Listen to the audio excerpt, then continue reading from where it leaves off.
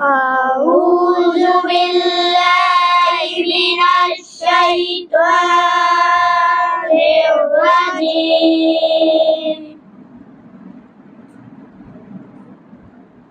بسم الله الرحمن الرحيم.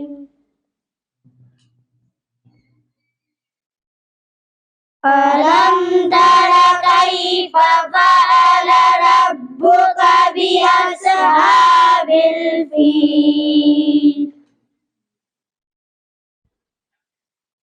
ألم يجعل كيدهم في تضليل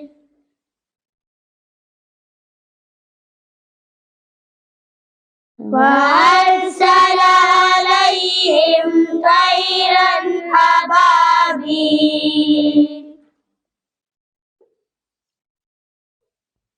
ترميهم بحجارة من سجيل